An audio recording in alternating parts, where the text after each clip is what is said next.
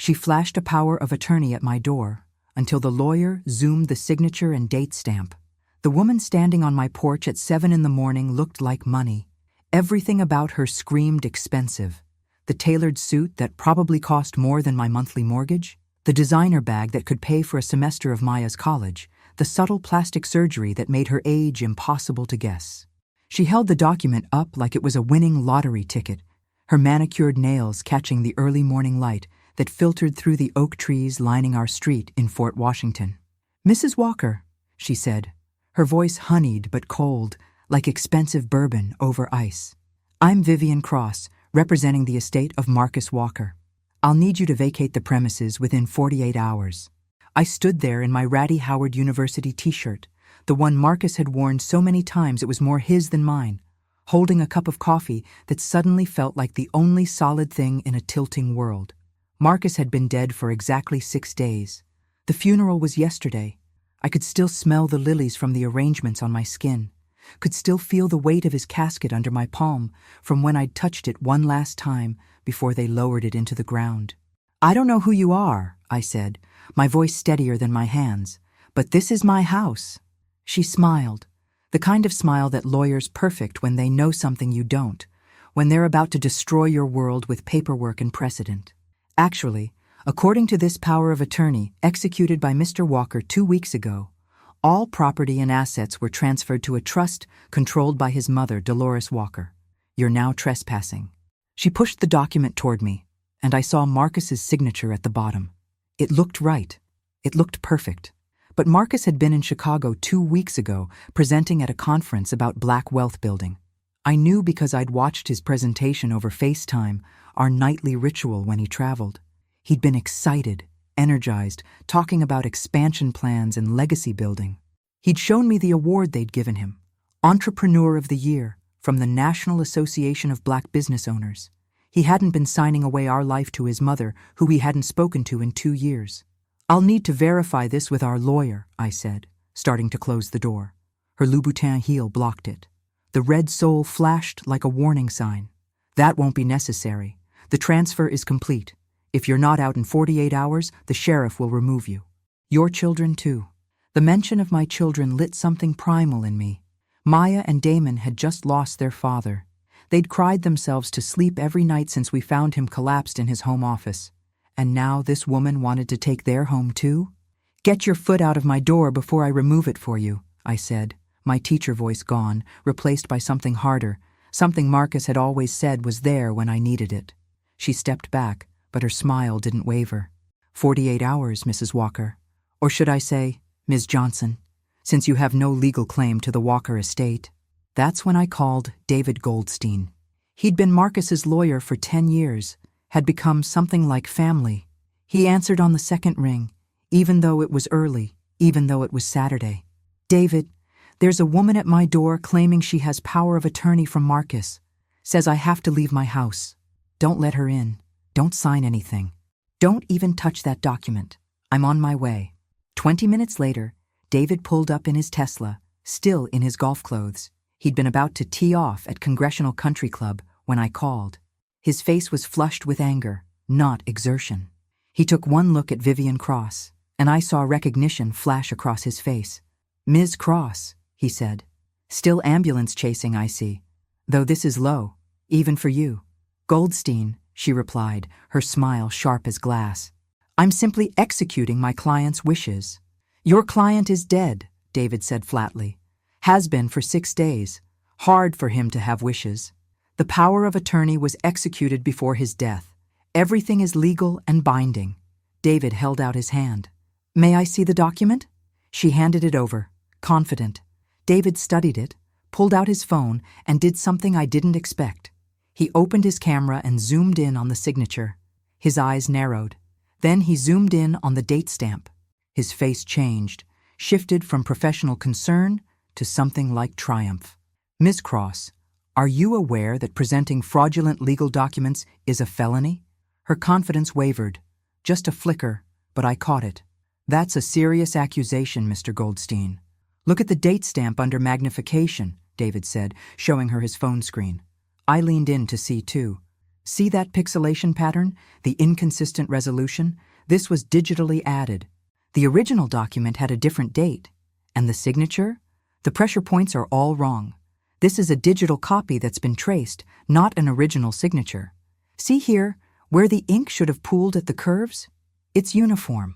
That's impossible with a real pen. I looked at the zoomed image on his phone. He was right. Under magnification, you could see where the date stamp had been altered, tiny artifacts where the original date had been removed and replaced like a bad Photoshop job. The signature, which looked perfect to the naked eye, showed telltale signs of digital manipulation when enlarged. The lines were too perfect, too consistent. Real signatures have variations in pressure, tiny trembles, imperfections that make them human. Furthermore, David continued, pulling up something on his phone, Marcus Walker was in Chicago on this date. I have plane tickets, hotel receipts, and video footage of him presenting at the Chicago Economic Forum at the exact time this document was supposedly signed in Maryland. Time-stamped photos from the event coordinator, credit card charges, even his Uber receipts from that day in Chicago. Vivian Cross's face had gone pale beneath her carefully applied makeup. I was given this by my client. Dolores Walker, I presume, or was it Jerome? David pulled out his phone again. I'm calling the state attorney's office. Fraud, attempted theft, conspiracy. You're looking at disbarment at minimum, prison time at worst. She backed away from the door, her heels clicking against our brick porch. I need to consult with my client. You do that, David said, and tell Dolores and Jerome that we'll be filing charges. This is attempted grand larceny, and Ms. Cross, I'd start thinking about who you want to represent you because your career just ended. After she left, practically running to her Mercedes, the sound of her engine fading down our quiet street, David turned to me. Natalie, this is bigger than just a forged document. The sophistication of this forgery, the timing. Someone's been planning this. We need to go to the police.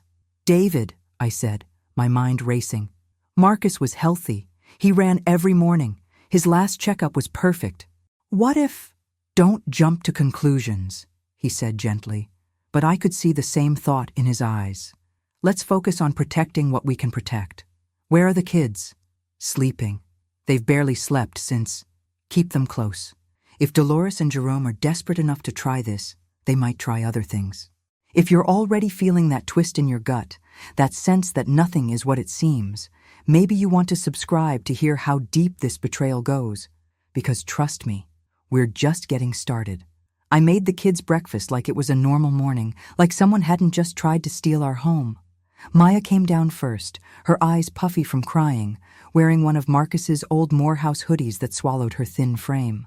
She'd inherited her father's keen observation skills, his ability to read a room and sense when something was wrong. Mom, she said, studying my face, who was that woman? I saw a car leave.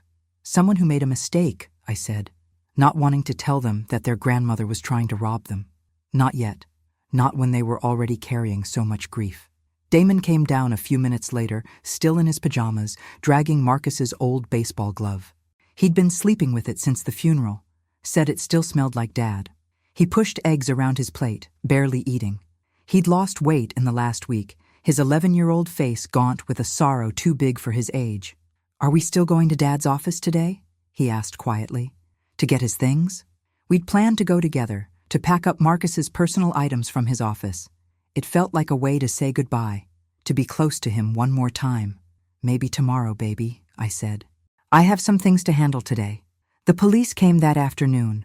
Detective Patricia Morrison, a black woman with natural hair wrapped in a professional bun and eyes that had seen too much but hadn't gone cold, took my statement in the living room while a forensic tech examined the document Vivian Cross had left behind in her haste to leave. Mrs. Walker, Detective Morrison said, settling into our couch with a notebook. This isn't the first time we've seen something like this. There's been a pattern of black business owners dying suddenly, their estates being contested with sophisticated forgeries. Your husband, what was the cause of death? Heart attack, I said, the words still feeling impossible, like speaking a foreign language.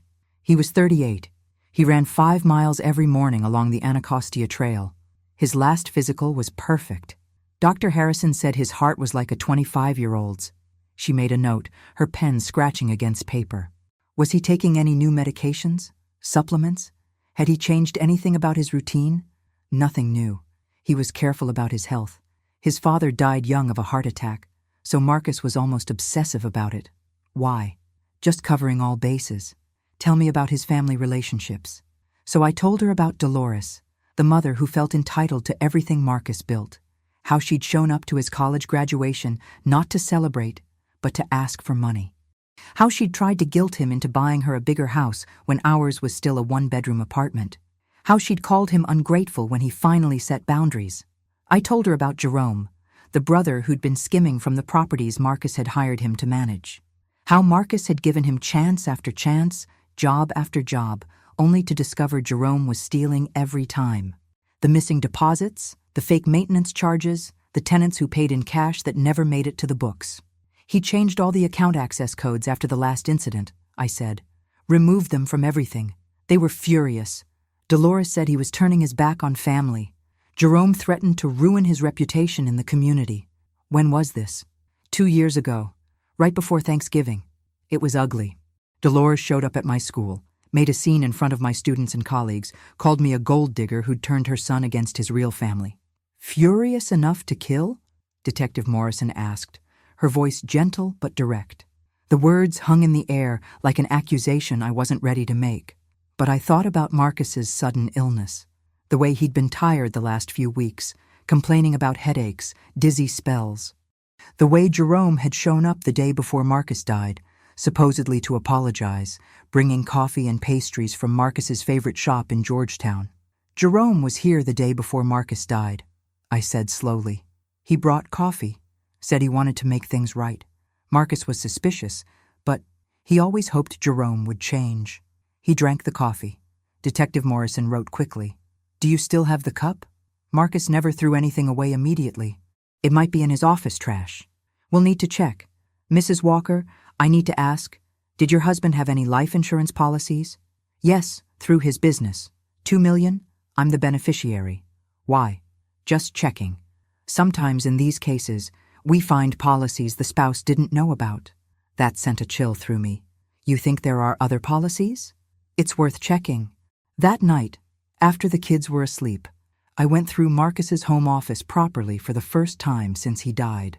I'd avoided it, unable to face the space that still smelled like his cologne, Tom Ford Noir, where his coffee mug still sat half full on his desk, a ring of dried coffee marking where it had been set down for the last time. The office was exactly as he'd left it that morning a week ago, before I'd found him collapsed next to his desk, papers scattered around him like fallen leaves. His laptop was still open, battery long dead. I plugged it in, watched it come to life. His last email was half-written, to a client about a new development opportunity in Anacostia. "The community deserves investment that doesn't displace," he'd written. "We can build wealth without building walls." Classic Marcus, always thinking about more than just profit. In his filing cabinet, behind tax returns and business documents organized with his meticulous care, I found a folder marked Insurance.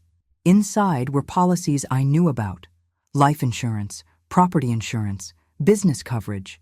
But there was a new document dated 3 weeks ago, a life insurance policy for $5 million with Dolores Walker as the sole beneficiary. My hands shook as I read it. The signature looked like Marcus's, but now I knew better than to trust what I could see. I grabbed my phone, used David's trick of zooming in on the signature. There it was, the same digital artifacts, the same signs of forgery, the same 2 perfect lines that marked a fake. But there was something else in the folder that made my blood run cold. A receipt from a pharmacy in Baltimore for a prescription I didn't recognize. Digitalis. I Googled it quickly. A heart medication derived from foxglove that could be fatal if misused, especially when combined with certain common supplements.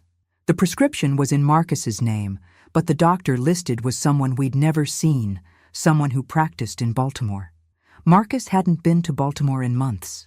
I kept searching, my hands moving faster now, desperate to understand what had happened. In a hidden folder on his computer, password protected with Maya's birthday, I found something that stopped my heart.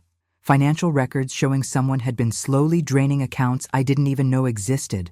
Offshore accounts in the Cayman Islands, property holdings in Delaware, transactions worth millions that I knew nothing about. But the dates were all wrong. They were all after Marcus's death. Someone was using his identity, his business credentials, to move money. Lots of money. I called Detective Morrison immediately, my hands shaking as I dialed. I found something, multiple things. Can you come back? She arrived within 30 minutes, despite it being past 11 at night. She looked at the documents, took photos, bagged the receipt as evidence. Mrs. Walker, I need to ask, did your husband have any heart conditions? None. He was healthy. I paused, remembering something. He'd been feeling sick the last few weeks. Tired, headaches, some nausea. We thought it was stress from the new development in Northeast. He was working 18-hour days. Did he see a doctor? He said he'd go if it didn't get better. My voice cracked. He never got the chance. Detective Morrison's face was grim. We need to exhume your husband's body. I know that's hard to hear, but if he was poisoned, do it, I said without hesitation. If they killed him, I want to know. Who else had access to his food and drinks? At home, just us. At work, his assistant. But she's been with him for 8 years. She loved him like a son. But Jerome had been bringing him coffee a lot the last month. Said he was trying to make amends, rebuild their relationship. Marcus was suspicious at first, but Jerome seemed sincere. He brought pastries from Marcus's favorite bakery, coffee from that expensive place in Georgetown Marcus loved. We need those cups if you still have them. Check his office at the warehouse. He had a bad habit of leaving cups around. The next morning brought chaos. Jerome showed up at Marcus's main office, the converted warehouse in Ivy City where all 3 businesses were headquartered. The building itself was a testament to Marcus's vision. He'd bought it when everyone said the neighborhood would never develop, turned it into a beautiful modern space with exposed brick and soaring windows. Now his brother was trying to steal it. Sheila, our office manager who'd been with Marcus since the beginning, called me in a panic. He's here with 3 men, Mrs. Walker. They're trying to get into Mr. Marcus's office. They have some kind of legal document. I told them I'd call the police, but he says he has rights. I'm on my way. Don't let them touch anything. Lock Marcus's office if you can. I drove like a madwoman through D.C. traffic, running red lights, cutting through residential streets. David Goldstein was on speakerphone, already filing emergency injunctions. No one should have access to anything until the will goes through probate, he said. I'm sending a cease and desist now. But when I arrived, Jerome had already gotten into Marcus's office. He was at the computer, a USB drive plugged in, downloading files. The 3 men with him looked like muscle, positioned to block anyone from interfering. They were all wearing suits, but badly. The kind of men who looked more comfortable in different clothes, doing different work. Get out, I said from the doorway. Now. Jerome looked up, smiled that smile that never reached his eyes. He'd always been handsome in a flashy way, gold chains, expensive watches, clothes that screamed rather than whispered money. Everything Marcus wasn't. Natalie, just getting what's mine. Nothing here is yours. See, that's where you're wrong. He pulled out a document. Marcus made me executor of his will last month. Everything goes through me now. I pulled out my phone, started recording. Marcus's will from 6 months ago, filed with our attorney David Goldstein, names me as executor. Whatever you have is fraudulent, just like the power of attorney your mother tried to use to steal my house this morning. His face flickered, surprise, then anger. The mask slipping for just a moment. You always thought you were better than us. Marcus's bougie little teacher wife, too good for the family that raised him. The family that's been stealing from him for years? The family he had to cut off because you couldn't stop taking? You're right. I am too good for that. One of his men stepped forward, trying to intimidate me. He was big, probably 6'4", with scars on his knuckles that told stories. I held my ground, kept recording. Jerome Walker, you are currently trespassing on private property, attempting to steal proprietary business information, and presenting fraudulent documents. You're also being recorded. Would you like to add assault to the charges? Building security arrived then. 3 guards who knew me, knew Marcus. They looked at the situation, immediately understood. Marcus had hired them specifically, paid them well, treated them with respect. Their loyalty was to him, not to whoever claimed to own the building. Mr. Walker, the head of security, an ex-Marine named James, said to Jerome, "You need to leave. Now." Jerome yanked the USB drive out of the computer, pocketed it. "This isn't over." "You're right," I said. "It's just beginning." "And Jerome? That USB you just took? It has tracking software. Marcus installed it on all systems after the last time money went missing. We can see everything you do with those files." His face went red. One of his men whispered something in his ear, and Jerome's expression changed to something uglier. "You think you're smart," he said, "but you don't know who you're messing with. The people I work with don't play games." "Is that a threat? On camera? With witnesses?" He left without another word, his men following. But I saw him make a phone call as soon as he got outside, gesturing angrily. After they left, I had our IT department check what Jerome had accessed. Kevin, our IT manager who'd worshipped Marcus, had good news and bad news. He downloaded client lists, financial records, property deeds, everything he'd need to try to take over the businesses, Kevin said. But Mr. Marcus was smart. That USB he took? It doesn't just have tracking software, it has a kill switch. If anyone tries to copy or transfer those files, they corrupt. He'll have nothing but digital garbage. Marcus planned for this? He planned for everything. Said his family thought he was paranoid, but he called it prepared. He was right. That afternoon, I got a call from Dr. Harrison, our real Dr. Harrison, Marcus's physician for the last decade. "Natalie, I just received a strange request for Marcus's medical records from a doctor I've never heard of. They claim to have treated him recently. I wanted to check with you before releasing anything." "Don't release anything," I said. "Marcus was murdered. We think someone was poisoning him." The silence on the other end was heavy. Then, "The symptoms you described at his last physical, the fatigue, the headaches, if someone was giving him digitalis without his knowledge, Natalie, that would explain everything. It would have looked exactly like a heart attack. The symptoms would have built slowly, seemed like stress. Then one larger dose would trigger a fatal cardiac event. How long would it take? Weeks, maybe a month of small doses. The person doing it would need regular access to his food or drinks. Jerome, bringing coffee every day, rebuilding their relationship, playing the reformed brother while slowly killing Marcus. That evening, I sat down with Maya and Damon. They deserved the truth, or at least a version of it they could handle. We sat in the living room, the same couch where Marcus used to read to them when they were little, where we'd have family movie nights every Friday. "Your Uncle Jerome and Grandma Dolores are trying to take Daddy's businesses," I said, keeping my voice steady. "They have fake papers saying Daddy gave them everything." "But he didn't?" Damon asked, his 11-year-old face too serious for his age. "No, baby, he didn't. He left everything to us, to make sure you both could go to college, have the life he wanted for you." "Why are they lying?" Maya asked, but I could see in her eyes she already knew. At 15, she understood greed better than I wanted her to. She'd heard the arguments, seen her grandmother's manipulations.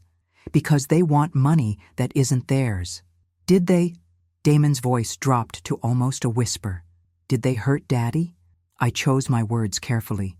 "We don't know yet, but we're going to find out." Maya took her brother's hand. "We'll be okay," she told him, but her voice shook. "Mom won't let them win. Dad wouldn't let them win either," Damon said. "Even dead, he wouldn't let them win." 2 days later, Detective Morrison called with the toxicology results. They'd rushed them, understanding the urgency. I was in the kitchen, making dinner, trying to maintain normalcy for the kids. "Mrs. Walker, your husband had lethal levels of digitoxin in his system. It's a cardiac glycoside, derived from digitalis. Someone was poisoning him over several weeks, small doses that would have seemed like stress or exhaustion, then a large dose that triggered the fatal heart attack." I sat down hard on the kitchen floor, the phone pressed to my ear. Even though I'd expected this, knowing Marcus was murdered was different from suspecting it. It made everything real, final, horrifying. We found 3 coffee cups in his office with traces of digitoxin. Jerome's fingerprints were on all of them. "So you can arrest him?" "We're building the case. But Mrs. Walker, this is bigger than just Jerome. The sophistication of the forgeries, the offshore accounts, the network of people involved. This is organized crime. Federal level. That night, I couldn't sleep. I went to Marcus's closet, buried my face in his clothes, trying to hold on to his scent. I found the shirt he'd worn to Maya's school play 2 weeks ago, the one where she'd played Lady Macbeth. He'd been so proud, despite being exhausted, despite the headaches he'd hidden from everyone but me. The irony, he'd whispered to me during the performance. Our baby girl playing someone who murders for power, while we sit here thinking we're safe from that kind of evil. We weren't safe. We'd never been safe. I found a hidden panel in the closet that I'd never noticed before. Marcus must have installed it recently. Inside was a safe I didn't know existed. The combination was our wedding date. Inside were documents, USB drives, and a letter addressed to me. "My dearest Natalie," it began in Marcus's careful handwriting. "If you're reading this, then my worst fears have come true. I'm sorry I didn't tell you everything. I thought I could handle it, thought I could protect you and the kids from this ugliness. I was wrong." The letter detailed everything. How he'd discovered Jerome wasn't just skimming, but was involved with a criminal organization that targeted successful black business owners. How they identified families with weak links, greedy relatives, estranged siblings, bitter ex-partners, and used them to gain access. How 17 families had been destroyed this way, made to look like natural deaths, accidents, suicides. "I've been gathering evidence for months," he wrote. "It's all here, in these drives. Names, dates, amounts, murder methods. They approached me to join them, to help identify new targets. When I refused, I became a target. I knew Jerome was bringing me poisoned coffee. I drank it anyway, to buy time, to gather more evidence. Every cup I drank, I knew what it was doing to me, but I needed them to believe they were winning. I had to stop reading, my eyes too blurred with tears to continue. Marcus had known. He'd known he was dying and kept drinking poison to protect us, to gather evidence, to bring them down. The letter continued. "I've sent copies of everything to the FBI, to journalists at the Washington Post, to 3 different lawyers. If something happens to me, it all comes out. But I need you to be strong, to fight, to protect our babies. The farm in Upper Marlborough. Yes, there's a farm. I'm sorry I kept it secret. It's in a trust they can't touch. The deed is in the safe. If things get bad, go there. It's safe." At the bottom, in writing that was shakier, probably from the poison affecting him. "I love you more than all the stars in the sky, more than all the money in all the banks, more than life itself. Tell Maya she was right about Uncle Jerome. Tell Damon I'm proud of him. Tell them both that their daddy loved them enough to die for them, but more importantly, lived for them every single day.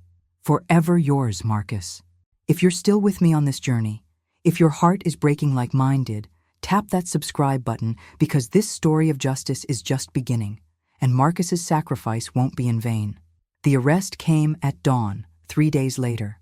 I wasn't there, but Keisha, my sister who'd flown in from Houston the moment she heard about Marcus, drove past Dolores's house in Upper Marlborough and saw the police cars, saw them leading Jerome out in handcuffs. She FaceTimed me, and I watched from my kitchen as my husband's killer was arrested, still in his silk pajamas, cursing and threatening to sue everyone. But Dolores wasn't arrested. Not yet. She came to my house that afternoon, dressed in all black like she was still in mourning, but her eyes were calculating, not grieving. I didn't let her in, made her stand on the porch where the security cameras could record everything. "This is a misunderstanding," she said, her voice pitched to sound wounded. "Jerome would never hurt Marcus. They were brothers." "Cain and Abel were brothers too," I said. "How dare you? How dare I? Your son murdered mine. You tried to steal my home while my husband's body was still warm. You forged documents to steal from your own grandchildren. How dare you show your face here?" She stepped closer, lowering her voice to a hiss. "You can't prove I knew anything about this." "Can't I?" The FBI found very interesting emails on Jerome's computer. Emails between you two, planning this for months, discussing the dosage of digitalis, debating whether to make it look like suicide or a heart attack. Her face went ashen. "That's impossible. You never thought Jerome would be sloppy enough to keep evidence. But he did. Every text, every email, every phone call recorded. He wanted insurance in case you turned on him. You're lying. Am I? Should I quote from your message 3 weeks ago? Make sure it's enough to kill him, but not so much it looks suspicious. We need this to look natural. She backed away from me, her composure finally cracking. I want to see my grandchildren. No, you can't keep them from me. I have rights. You have nothing. You're going to prison, Dolores. For murder, for conspiracy, for fraud. The FBI is probably on their way to your house right now. She turned to leave, then stopped. You know, I never liked you. Marcus could have married Sherry Williams. Her father owns half of Prince George's County. Could have married into real money, real power. Instead, he chose you, a nobody teacher from Southeast. And that's why he's dead, isn't it? Because he chose love over money. Because he chose to build his own empire instead of inheriting someone else's. Because he chose me, and you could never forgive him for that. He owed me, she spat. After everything I sacrificed. You mean after you killed his father for the insurance money? She went very still. You can't prove that. Actually, I can. Marcus found the police report from 1997, the investigator who suspected you but couldn't prove it, the mechanic you were having an affair with who worked on the brakes the week before they failed. Marcus knew, Dolores. He figured it out. That's why he cut you off. Not because of the money you stole, but because he knew you killed his father. For the first time since I'd known her, Dolores Walker looked afraid. He never said. He was gathering evidence. He hired a private investigator to look into his father's death. Guess what they found? The mechanic, Terrence Johnson? He's willing to testify now. 23 years of guilt is a heavy burden. He wants to clear his conscience. She ran then, actually ran to her car, her heels clicking frantically on the pavement.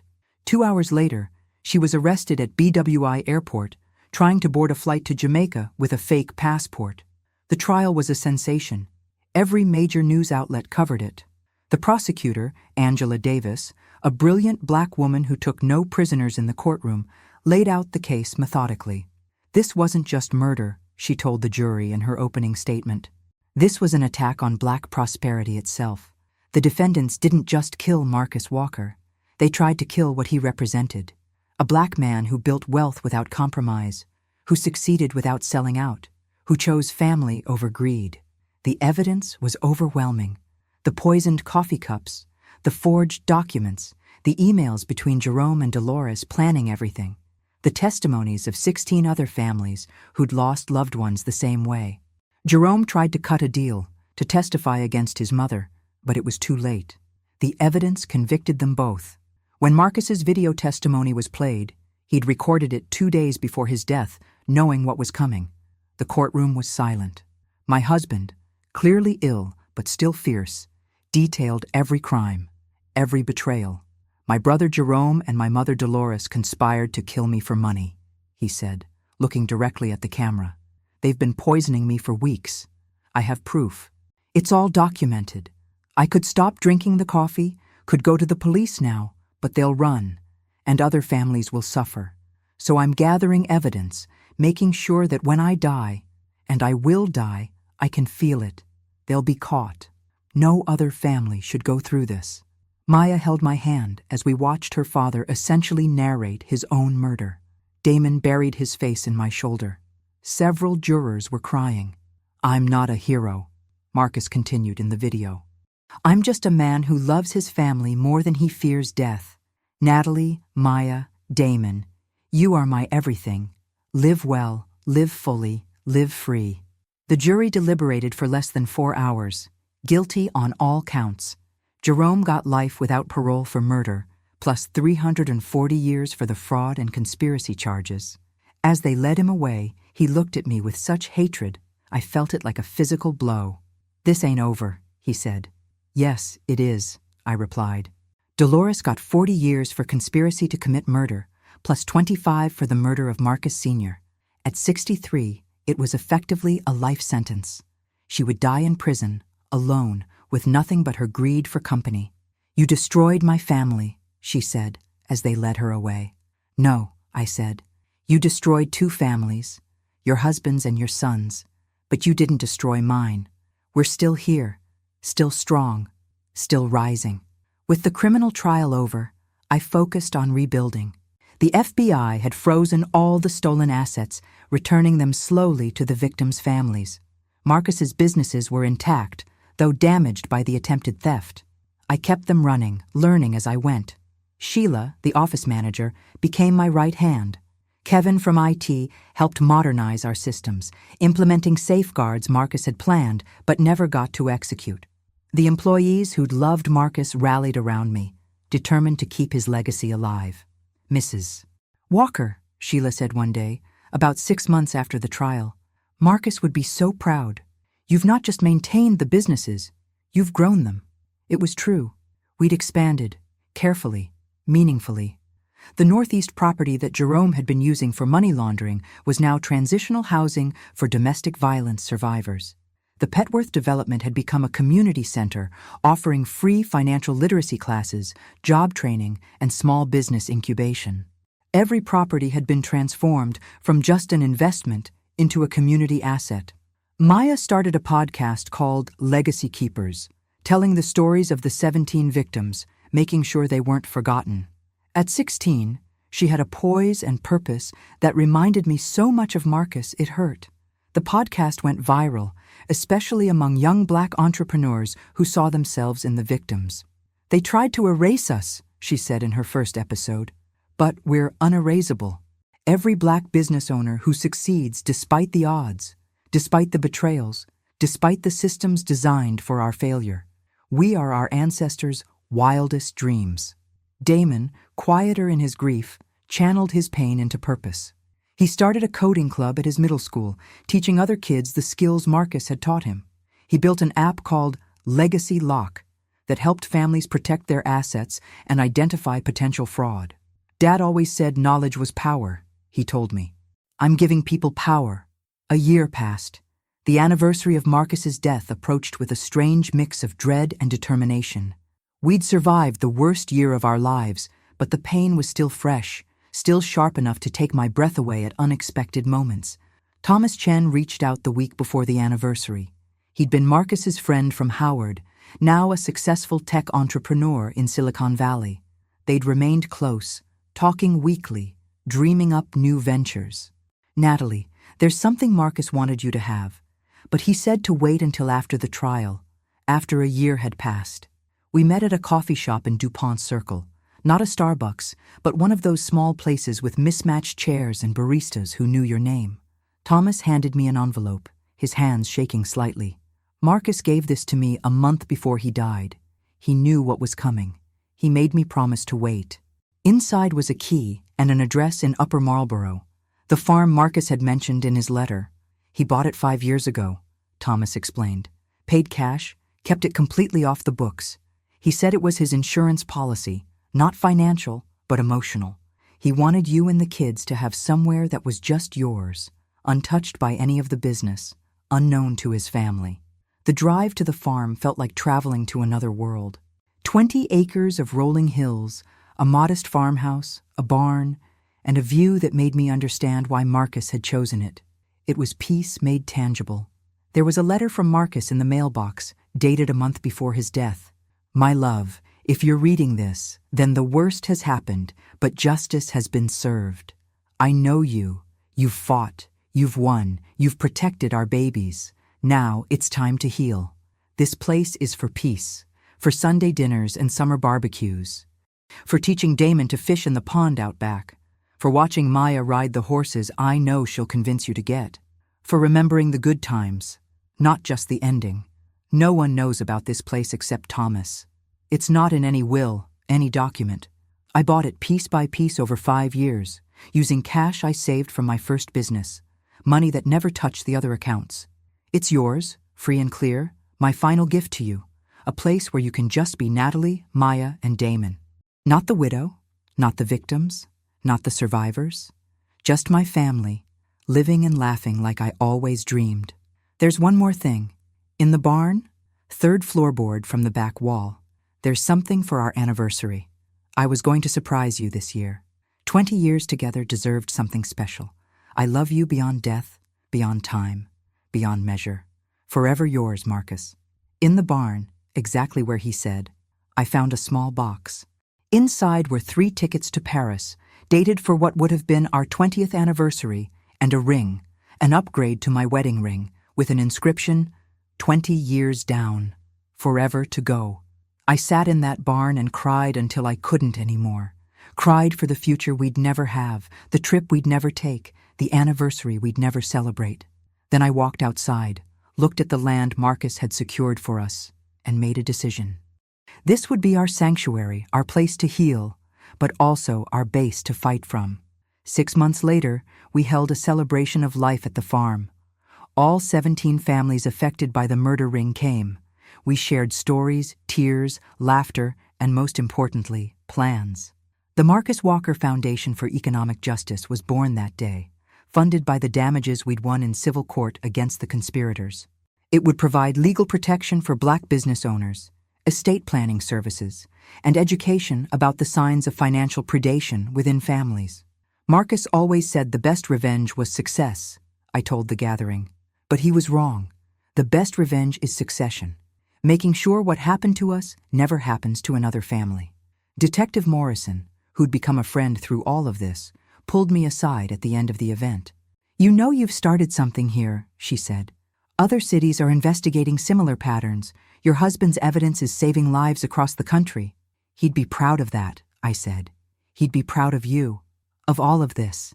You didn't just survive, Natalie. You transformed tragedy into purpose." That night, after everyone had gone home, I stood in the field behind the farmhouse with Maya and Damon. The stars were brilliant, free from city light pollution, looking close enough to touch. "Do you think Dad can see us?" Damon asked, his voice cracking with puberty and emotion. "I think he's in us," Maya said. "In everything we do, every choice we make, every life we touch." "I like that better than heaven," Damon decided. "That way he's not missing anything." "He's not missing anything," I assured them. "He's in Maya's determination and your kindness. In the businesses that are thriving, the families we're protecting, the community we're building. He's in every sunrise we watch from this porch, every fish you'll catch in that pond, every horse Maya will eventually convince me to buy." "So we're going to get horses?" Maya asked, a smile breaking through her grief for the first time in months. "Your dad predicted it. So I guess we have to," I said, and we laughed, really laughed, for the first time since Marcus died. 3 years have passed now since that morning when Vivian Cross tried to steal our home with forged papers. She's serving 8 years in federal prison for fraud, her law license permanently revoked. Jerome will die behind bars. He was attacked in prison last year. Apparently his crime of killing his own brother for money didn't sit well with other inmates. He survived, but barely. Dolores is deteriorating rapidly, her health failing, her mind going. The prison called to ask if we wanted to visit. We didn't. The businesses Marcus built are stronger than ever, each one a pillar of the community. We've expanded carefully, thoughtfully. Every new property includes affordable housing. Every new venture includes profit sharing for employees. We're building the kind of wealth that lifts entire communities, not just individuals. Maya is at Harvard now, studying law with a focus on estate protection and financial crimes. She carries Marcus's picture in her wallet, talks to him before every exam. She's dating a young man who reminds me of Marcus, not in looks, but in character. Ambitious but ethical, driven but kind. Dad would have grilled him so hard, she laughed when she told me about him. He would have, I agreed, but he would have approved. Damon is a senior in high school, already accepted early admission to MIT for computer science. His app, Legacy Lock, has been downloaded over 1 million times, protecting families across the country. He still wears Marcus's watch, still carries that old baseball glove to every game. "I'm going to do both," he told me. "Tech and baseball. Dad always said you didn't have to choose just one dream." I remarried last year. William is nothing like Marcus. Quiet where Marcus was bold, cautious where Marcus took risks. But he loves the kids, respects Marcus's memory, and understands that some loves transcend death. He's a widow too, lost his wife to cancer 5 years ago. We understand each other's grief, give each other space to honor our late spouses while building something new together. "Marcus would want you to be happy," he said on our wedding day. "Just like Sarah would want me to be happy. That's what real love does. It wants joy for the beloved, even when it can't be the source of that joy anymore. We still go to the farm most weekends. There are horses now, just like Marcus predicted. 2 mares and a gelding that Maya treats like giant puppies. The pond is stocked with fish that Damon catches and religiously throws back. The farmhouse is full of laughter more often than tears now, though we keep Marcus's picture on the mantle, light a candle for him every Sunday. The Marcus Walker Foundation has helped over 300 families in 3 years. We've prevented 42 attempted estate thefts, provided free legal services to countless Black business owners, and educated thousands about protecting their wealth from predatory family members. You turned poison into medicine, Thomas Chen told me at our last board meeting. Marcus would be amazed. Marcus saw it coming, I corrected. He knew we were stronger than they thought. He knew we'd rise. Sometimes, late at night, I find myself talking to Marcus.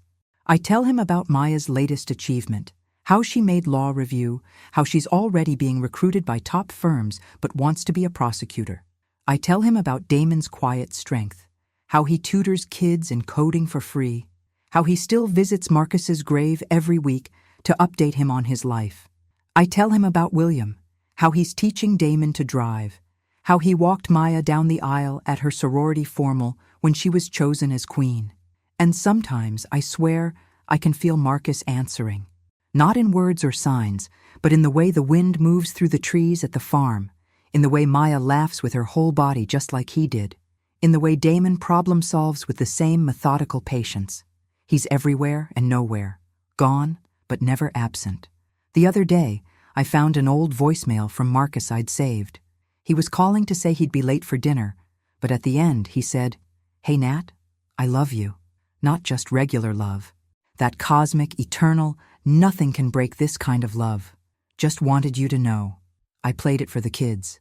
We cried, then we laughed, then we went to the farm and had a picnic by the pond, telling stories about Marcus until the stars came out. "You know what I realized?" Maya said as we were packing up. "They thought they were stealing money, but they actually gave us something priceless. They showed us how strong we are, how unbreakable our love is. How even death can't stop us from being a family. Dad would say that's the real wealth," Damon added. "The stuff that can't be stolen or forged or poisoned. The stuff that lives forever." They were right. Marcus had built businesses, accumulated wealth, created an empire. But his real legacy wasn't in the properties or the bank accounts.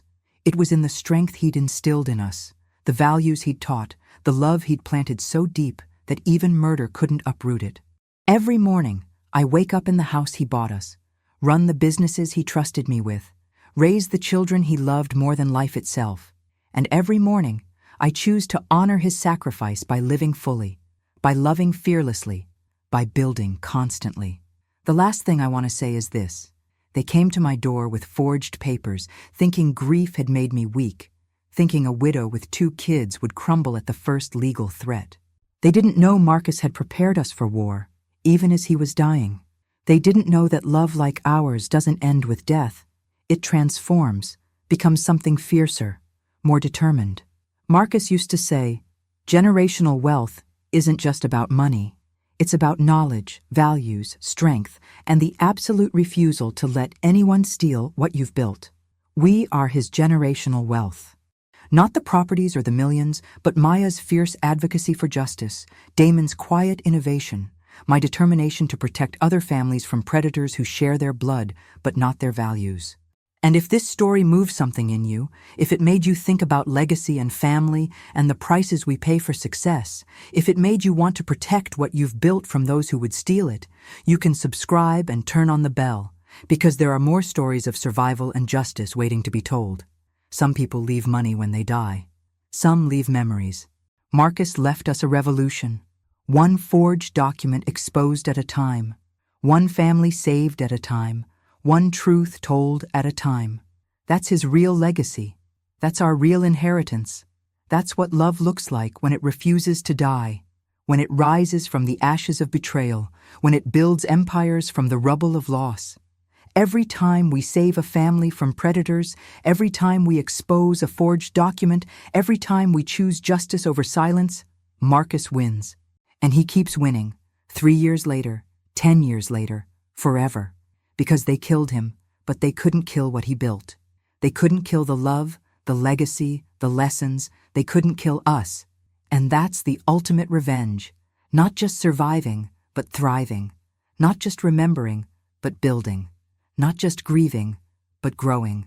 Marcus Walker died on a Tuesday morning in his home office, poisoned by his own brother. But Marcus Walker lives on in every life we save, every family we protect, every truth we tell. That's more than justice. That's immortality.